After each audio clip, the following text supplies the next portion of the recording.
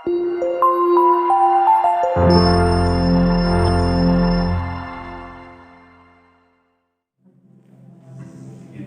shalom. Shalom. Shalom. Shalom. Ucapkan terima kasih, ucapkan syukur para Tuhan luar biasa, kasih-Nya, pertolongan-Nya, benar-benar nyata dalam setiap kehidupan kita semua. Haleluya. Terima kasih Tuhan. Saat ini kami didudahkan kepada Engkau. Kami rindu menyembah Engkau.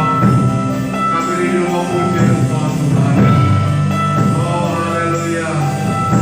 Haleluya. Haleluya. Oh Yesus.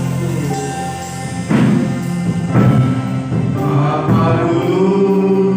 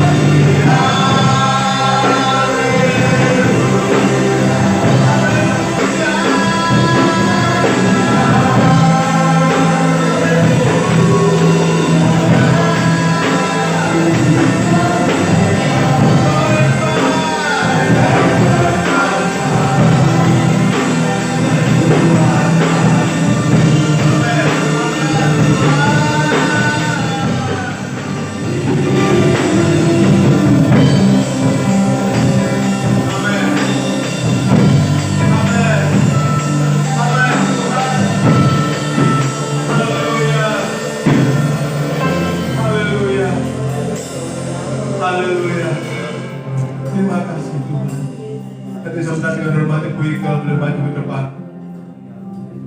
Kau ajaib. Terima kasih kami datang kepadamu Tuhan pada pagi hari ini.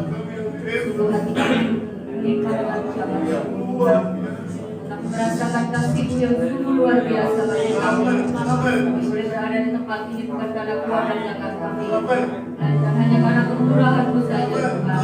Terima kasih Tuhan Yesus, terima kasih kami percaya Engkau hadir di tengah-tengah kami, dan Kau siap melawat berkati setiap hati kami yang rindu dan mau salah. Terima kasih Tuhan Yesus, Kau berkata atas setiap pujian yang kami naikkan Tuhan. Serahkan dari awal sampai akhirnya ke dalam tangan kuasa-Mu. Kiranya Tuhan Yesus mengurapi setiap hamba-hamba-Mu yang mengambil bagian. Kiranya Roh Kudus mengambil alih semuanya Tuhan, supaya nama-Mu saja yang dimuliakan. Terima kasih Tuhan Yesus, hanya di dalam nama Tuhan Yesus kami menyerahkan ibadah kami Tuhan pada pagi hari ini. Haleluya. Amin. Amin. Puji Tuhan. Haleluya. Amin. Siapa yang percaya bahwa Tuhan kita adalah luar biasa? Haleluya. Tuhan kita adalah heran. Amin. Tuhan Yesus adalah yang sanggup dalam setiap kehidupan kita semua. Sebab itu, mari kita akan puji Tuhan, kita akan menyembah Tuhan. Haleluya. Allah kita adalah Allah yang heran. Amin. Allah kita adalah Allah yang ajaib dalam setiap kehidupan kita semua. Amin.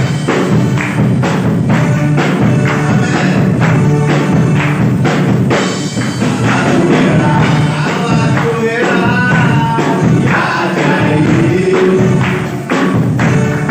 Yang melakukan perkara yang besar. Allahku heran.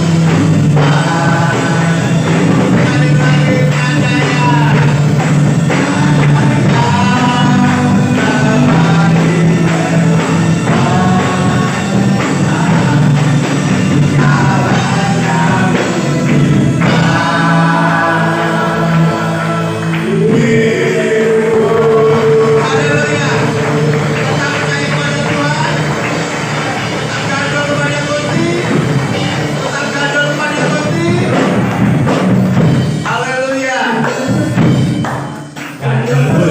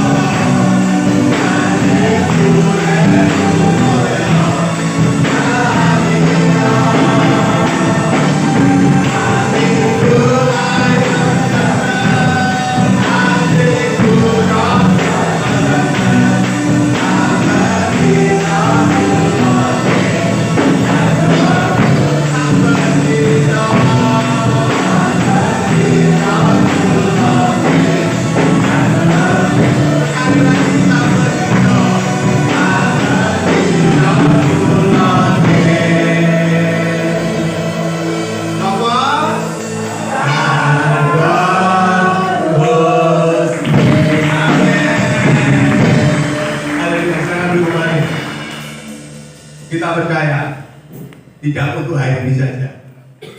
Ujian tadi mengatakan apa? Betina setiap hari. Bagaimanapun keadaan kita tetap gandul, kita tetap percaya kepada Tuhan. Karena kita percaya Tuhan memiliki rencana yang luar biasa dalam setiap kehidupan kita semua.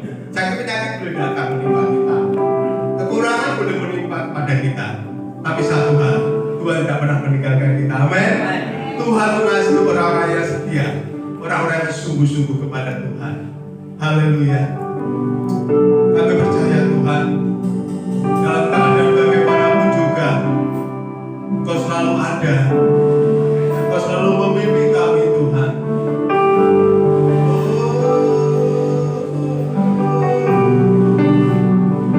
Haleluya. Haleluya. Dalam segala perkara Tuhan punya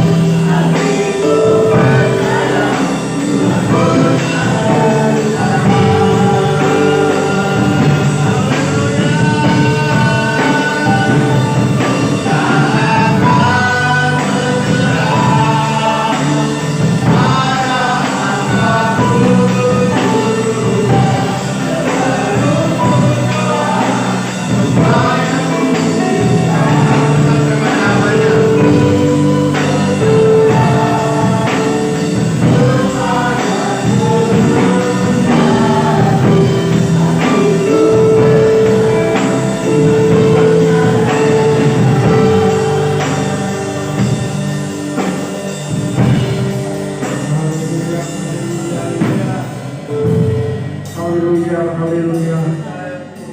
Hati kami percaya Tuhan, Engkau punya rencana indah. Sekalipun kami berjalan melalui lembah yang sangat gelap, tetapi kami percaya Engkau tidak pernah sedikit pun meninggalkan kami Tuhan. Karena kami mengenal Engkau Allah yang setia, Allah yang hidup, Allah yang bertanggung jawab atas segala ciptaan Tuhan.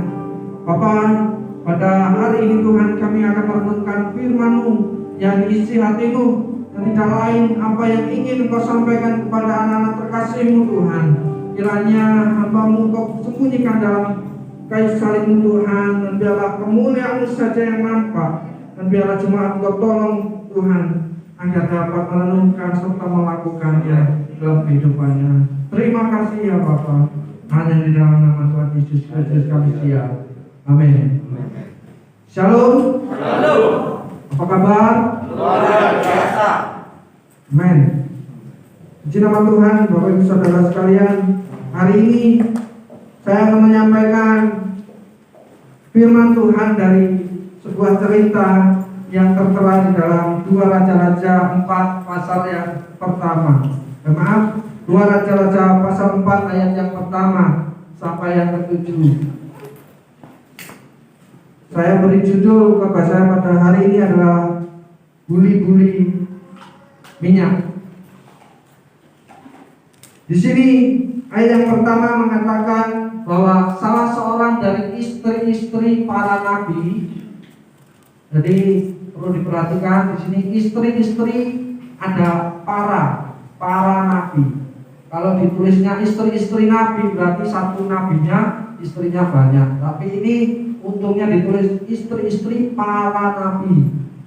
Istrinya banyak, tapi nabinya juga banyak. Mengadukan halnya kepada Elisa sambil berseru, "Hambamu, suamiku sudah mati, dan engkau ini tahu bahwa hambamu itu takut akan Tuhan.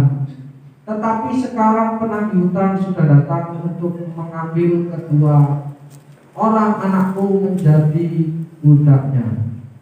Bapak Ibu Saudara sekalian, di ayat yang pertama ini, tetap di ayat yang pertama, tolong LDD, jangan dipindah dulu.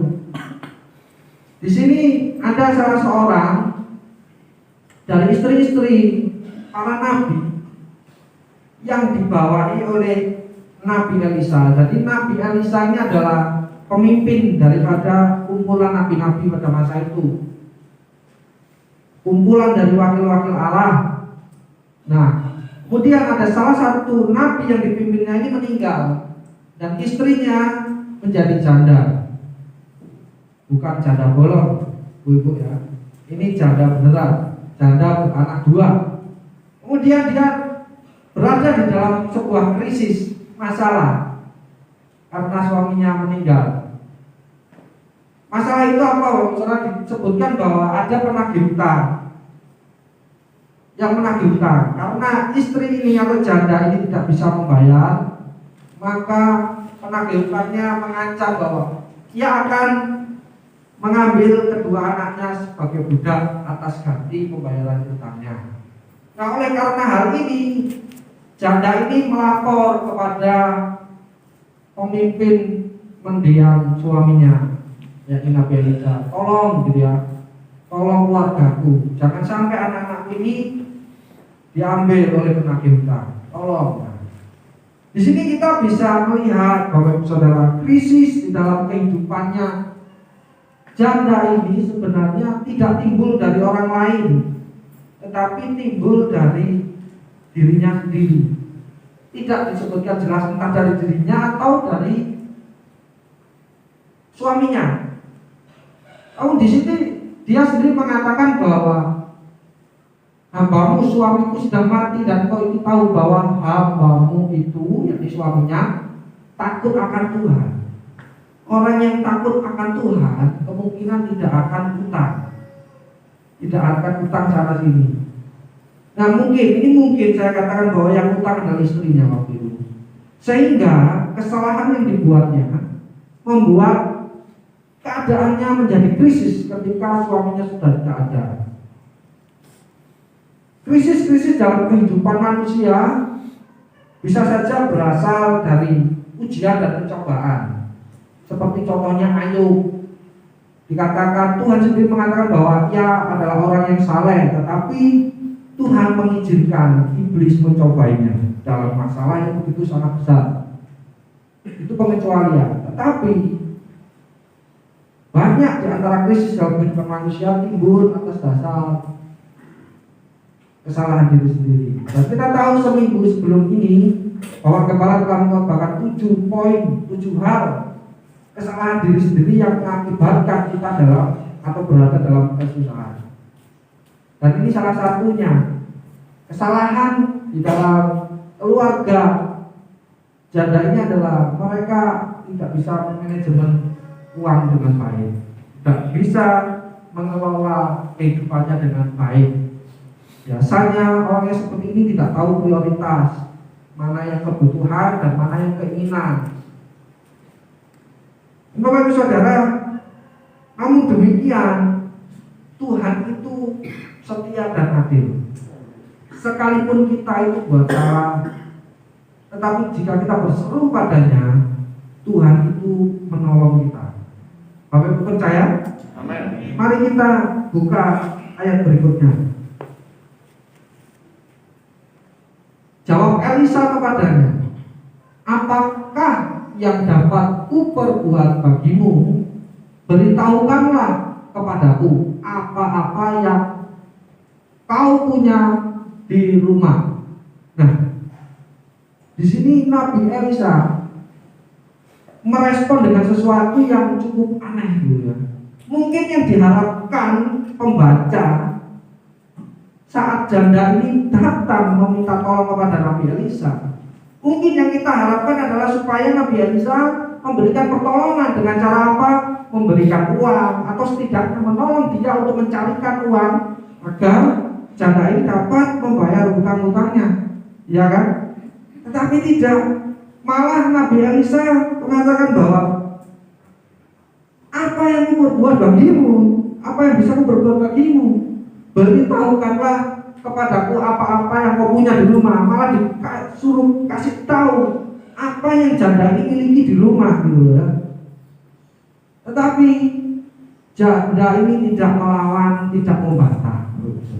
Dia menjawab, hambamu ini tidak punya sesuatu apapun di rumah kecuali sebuah buli-buli berisi minyak.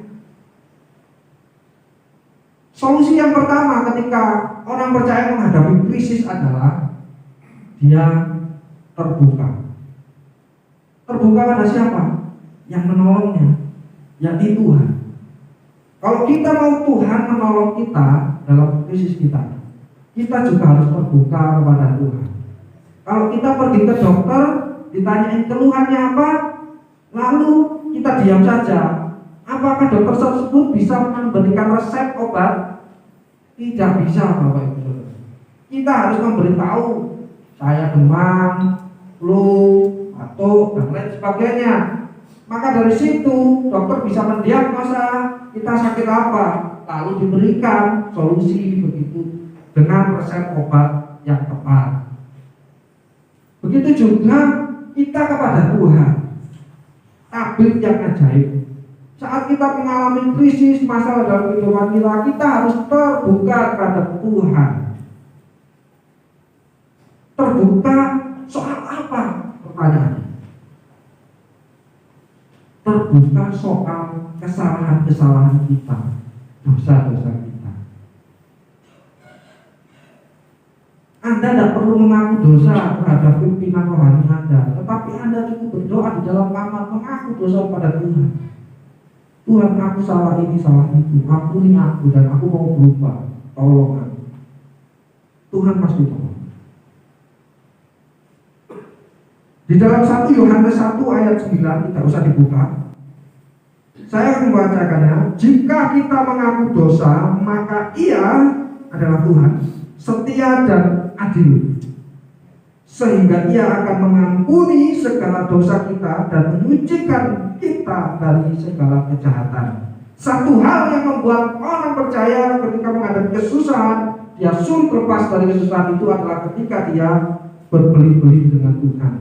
Kesombongan mengikat orang tersebut sehingga dia sulit mengakui kesalahannya, sulit mengakui dosanya di hadapan Tuhan. Apa yang menimpa Adam dan Hawa bukan karena Allah tidak adil, tetapi karena Adam dan Hawa tidak mau ngaku. Waktu Tuhan turun ke Taman Eden mencari Adam dan Hawa, mereka berdua apa? Bersembunyi. Itu tanda bahwa mereka gengsi untuk mengakui kesalahan mereka. Dan tabiat yang seperti ini yang diturunkan kepada umat manusia. Kalau punya salah, sulit untuk mengakui kesalahan, malah cenderung mencari kambing hitam atau balik menyalahkan orang lain. Ketika kita dalam masalah, kita menyalahkan orang lain, itu adalah melihat bahwa orang seperti itu orang yang tidak terbuka dengan Tuhan. Dan pasti kehidupannya sangat sulit, sulit lepas dari penderitaannya. Solusi yang kedua, Bapak Ibu Saudara, beriman dan berbuat. Di ayat yang ketiga dikatakan bahwa lalu berkatalah Elisa, pergilah mintalah bejana-bejana dari luar, daripada tetanggamu bejana-bejana kosong, tetapi jangan terlalu sedikit. Ayat 4, kemudian masuklah, tutuplah pintu sesudah engkau dan anak-anakmu masuk, lalu tuanglah minyak itu ke dalam segala bejana, mana yang penuh angkatlah. Ayat 5, pergilah perempuan itu daripadanya, ditutupnya lah pintu sesudah itu dan anak-anaknya masuk, dan anak-anaknya mendekatkan bejana-bejana kepadanya sedang ia terus menuang. Sampai di sini saja. Nabi Elisa mengatakan bahwa pukulkan buli-buli sebanyak mungkin ya. Dikatakan tidak sedikit, jangan sedikit gitu loh. Nabi Elisa mengatakan pada jari ini kumpulkan, pinjam dari tetangga-tetangga itu buli-buli atau kan dikit seperti itu, gentong-gentong. Jangan sedikit gitu, dikatakan jangan sedikit gitu. Dan janda ini dia meresponi perintah tersebut dengan positif. Dia pergi dengan iman. Kalau orang nggak punya iman, dia nggak akan melakukan itu. Ngapain gitu? Buat apa? Sementara Nabi Elisa tidak menjelaskan apapun, hanya suruh pinjam saja. Janda ini punya iman dan dia pergi meminjam. Tidak disebutkan banyak atau sedikit, tapi lebih dari satu. Dia meminjam buli-buli, kumpulkannya, melakukan persis seperti yang dikatakan Nabi Elisa. Dan di sini tersirat bahwa janda itu melakukannya dengan iman serta perbuatan. Kalau dengan iman saja mungkin dia cuma mengiyakan saja, tetapi tidak melakukannya. Dalam perjalanan pulang mungkin dia bingung, buat apa pinjam buli-buli banyak? Buat apa? Apakah bisa untuk membayar utang? Tidak bisa. Kalau dia tidak melakukannya, mungkin jika janda itu tidak beriman maka tidak akan melakukannya. Dan Bapak Ibu Saudara, iman tidak mungkin lepas daripada perbuatan. Ketika orang mengatakan dirinya beriman, orang tersebut pasti bekerja keras. Ketika orang mengatakan dirinya beriman, orang tersebut tidak mungkin malas. Tidak mungkin sifatnya itu orang beriman itu berinisiatif gitu. Dia menangani segala sesuatu yang dia butuhkan sendiri tanpa harus didorong-dorong orang lain, suruh-suruh orang lain. Tetapi orang beriman itu aktif gitu ya. Di dalam Yakobus 2 ayat 22 mengatakan bahwa kamu lihat bahwa iman bekerja sama dengan perbuatan dan oleh perbuatan itu iman menjadi sempurna. Dengan kata lain, jika kita mengaku kita orang beriman, beribadah setiap minggu, tetapi jika keseharian kita malas, Bapak Ibu Saudara, maka iman yang kita lakukan tidak sempurna. Apa yang kita lakukan setiap minggu ibadah tidak ada gunanya, Bapak Ibu Saudara. Kita berharap Tuhan menolong kita dalam krisis kehidupan kita, tetapi jika kita malas dalam kehidupan kita, kita tidak berinisiatif melakukan yang terbaik dalam pekerjaan kita, ya Tuhan nggak akan menolong. Gitu. Yakobus 2 ayat 26, sebab seperti tubuh tanpa roh adalah mati, demikian juga iman tanpa perbuatan-perbuatan adalah mati. Mati di sini adalah maut, kerajaan maut maksudnya. Jika iman kita tidak disertai perbuatan nyata di dalam kehidupan kita, termasuk perbuatan-perbuatan rohani kita, maka iman itu tidak akan membuahkan apa-apa. Kita hanya seperti menipu diri dan berjalan menuju jurang maut. Kita tidak akan selamat.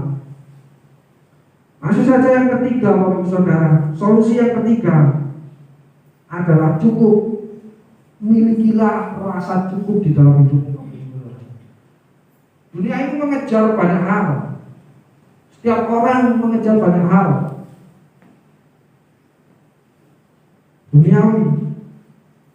Sampai mereka merasa bahwa apa yang dibutuhkannya sudah cukup. Kalau dinilai dari seperti itu, maka kecukupan setiap orang menjadi relatif. Kadang orang sudah kaya raya, kalau tidak memiliki rasa cukup, maka dia juga merasa miskin. Sebaliknya, apabila orang sederhana, hidupnya sederhana, tidak kaya raya, tetapi di dalam hatinya sudah menemukan rasa cukup, dia sudah merasa dirinya sangat kaya. Sehingga para pemazmur mengatakan bahwa orang seperti ini seperti orang yang lemah mengatakan dirinya kuat, yang miskin berkata ku kaya. Ujian ini nyata oleh saudara. Dan inilah yang ditunjukkanlah oleh Tuhan melalui mujizatnya kepada janda ini. Ayat selanjutnya, ketika bejana itu sudah penuh, berkatalah perempuan itu kepada anaknya, dekatkanlah kepadaku sebuah bejana lagi. Tambah si jinas. Tetapi jawab anak itu begini, tidak ada lagi bejana. Lalu berhentilah minyak itu mengalir. Di sini ada sebuah keajaiban. Ketika janda itu mengimani dan melakukan apa yang diperintahkan oleh Tuhan melalui nabinya. Ketika dia menuang buli-buli yang dipinjam dari tetangganya, dari buli-buli yang dimilikinya sendiri, minyak itu tidak surut, terus mengisi. Ketika satu buli-buli penuh, diambilnya buli-buli lain, dipenuhi lagi, sampai buli-buli terakhir dipenuhi. Setelah itu tidak ada buli-buli yang lain, maka otomatis Tuhan menghentikan aliran minyak itu. Di sini mengatakan bahwa apa? Tuhan itu sudah tahu takaran kebutuhan kita, Bapak Saudara. Kita pengkhotbah mengatakan bahwa jerih payah kita ini siang dan malam ini sia-sia. Kalau kita kerja lembur siang malam, nggak tahu waktu ini sia-sia, itu benar. Bahwa apa? Kita kerja dikasih matahari, berarti kita kerja itu sudah diukur waktunya. Saat malam Tuhan memerintahkan kita untuk beristirahat, itu sudah diukur waktunya. Nggak usah terlalu ngoyo. Saya nggak mengajari sesuatu yang kontra dengan poin sebelumnya, yakni kerja keras. Tetapi kerja keras juga harus tahu waktu, Bapak Saudara. Karena apa? Tuhan sudah tahu takaran berkat kita. Kita bekerja sewajarnya dan Tuhan yang mencukupkan kita. Seperti yang dialami oleh janda ini. Mungkin dalam hati kecilnya ada penyesalan sedikit. Aduh, kenapa saya nggak pinjam buli-buli yang lebih banyak lagi, gitu ya. Kalau hati ini berbeda mungkin seperti ini. Ternyata cuma pinjam 10 buli-buli. Tahu itu aku pinjam sampai ke kota sebelah tadi. Pinjam buli-buli yang lebih banyak lagi, ratusan buli-buli. Mungkin kalau kita bekel, kita akan seperti itu. Tetapi Tuhan mengajarkan bahwa apa yang kita peroleh ini adalah cukup sesuai dengan iman kita. Kalau dia membawa 10 buli-buli pinjaman, berarti imannya ya segitu. Ya diberikannya juga segitu. Makanya kalau beriman Bapak Ibu Saudara jangan tanggung-tanggung gitu. Kalau beriman itu yang besar sekalian. Karena Tuhan cukup memenuhi iman tersebut. Kalau kita janji iman, di sini luar biasa. Kalau kita mendengar cerita gereja di sini, janji iman luar biasa. Kalau kita janji iman itu sesuai dengan kemampuan kita. Kalau kita mampunya misalnya 500 gitu ya, lalu kita tulis janji iman kita 500, maka itu bukan iman, itu kemampuan. Tapi kalau kita tambahin 550, nah itu iman kita baru terhitung 50.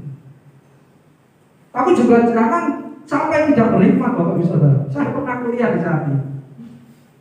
Waktu ada KKR ya, yang mendorong kita semangat untuk memuji Tuhan, dan kemudian kita diminta untuk beriman, menyerahkan uang pribadi kita bermisi pelayanan-pelayanan di luar pulau dan luar negeri.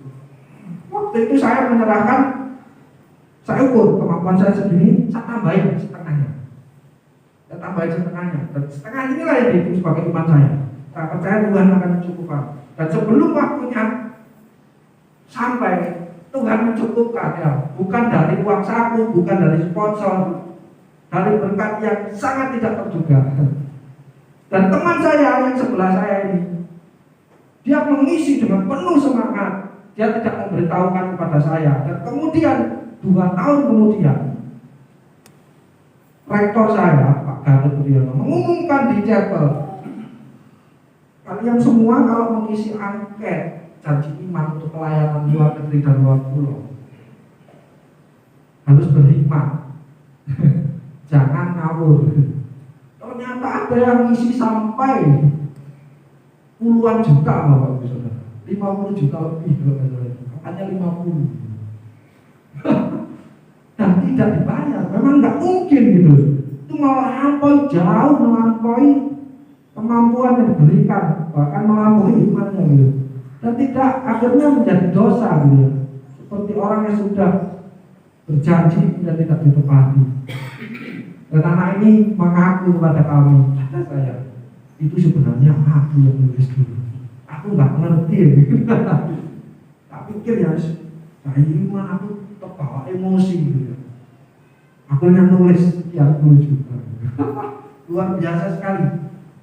Ini Bapak Ibu Saudara, memiliki iman yang besar seperti jana ini, dan Tuhan pasti mencukupkan. Filipi 1 Timotius 6 ayat 6 sampai 8. Rasul Paulus mengajarkan kepada muridnya, yakni Timotius, dia berkata, memang ibadah itu kalau disertai rasa cukup memberi keuntungan yang besar. Sebab kita tidak membawa sesuatu apa ke dalam dunia, dan kita pun tidak dapat membawa apa-apa keluar.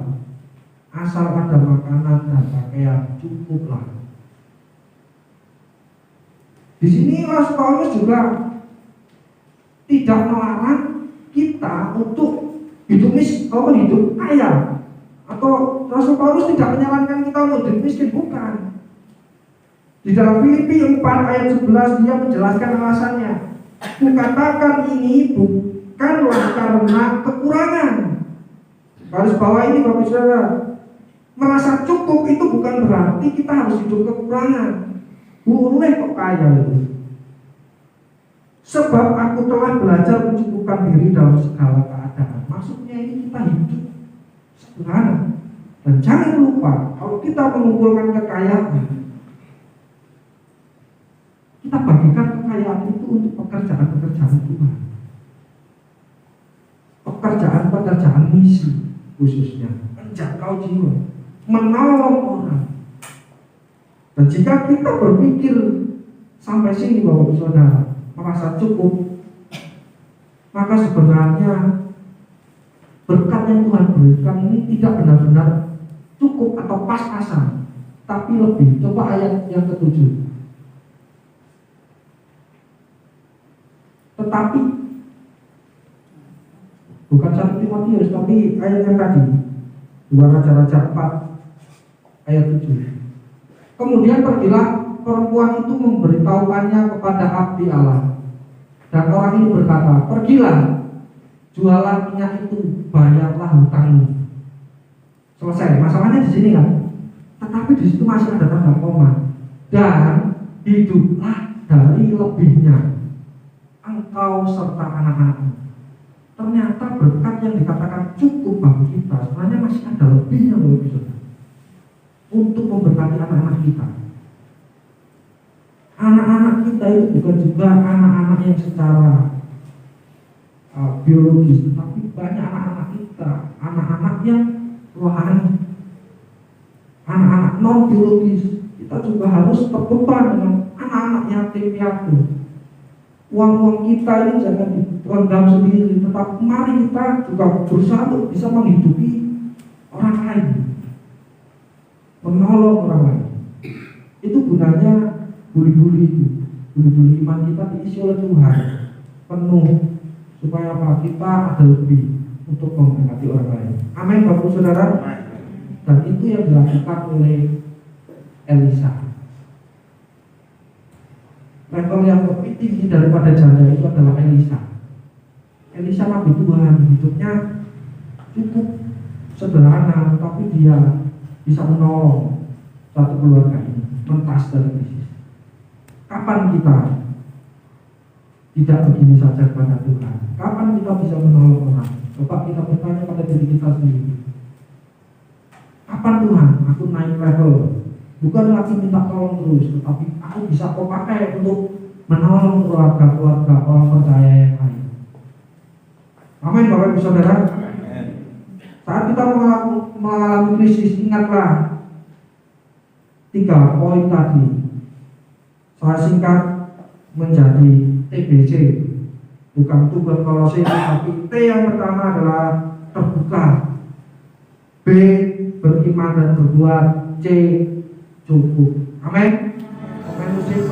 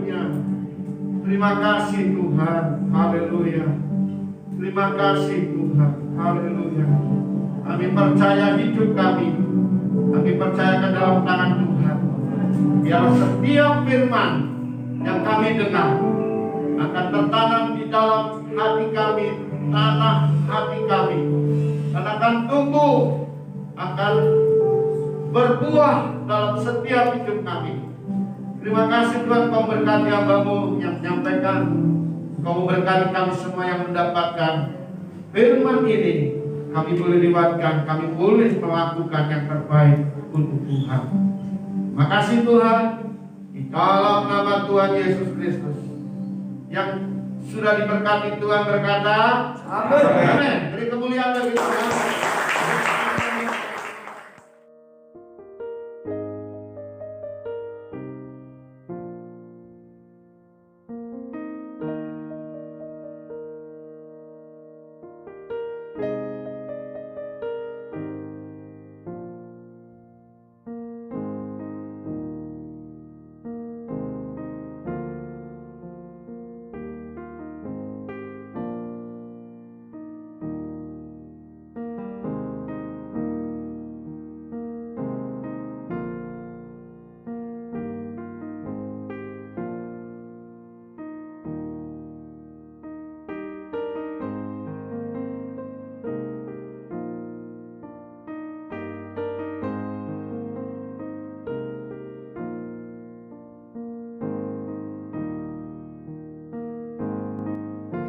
Bersama-sama kiranya Tuhan memberkati kita. Kita nyanyikan.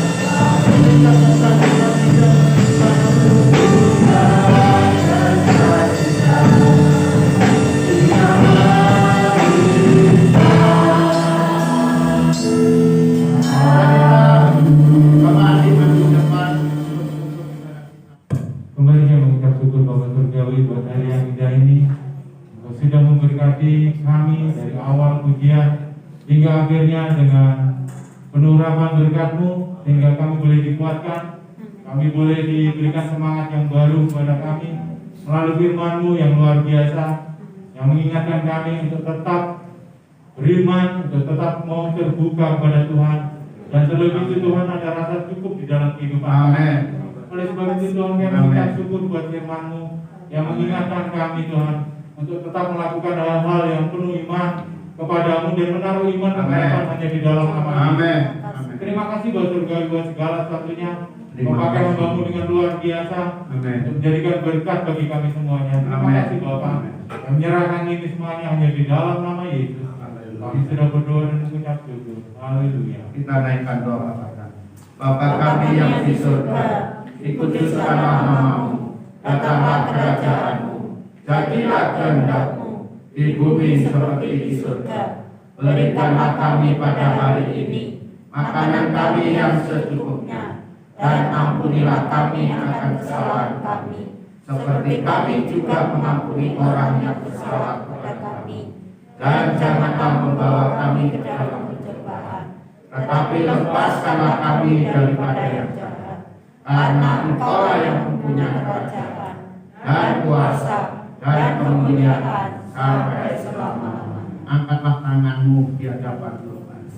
Bapa surgawi, kami hamba-Mu memohonkan berkat damai sejahtera dari Allah Bapa, kasih sayang dari Tuhan kita Yesus Kristus, dan penyertaan kuasa Roh Kudus akan menyertai, menolong Bapak Ibu Saudara dan saya dari pagi ini sampai selama-lamanya.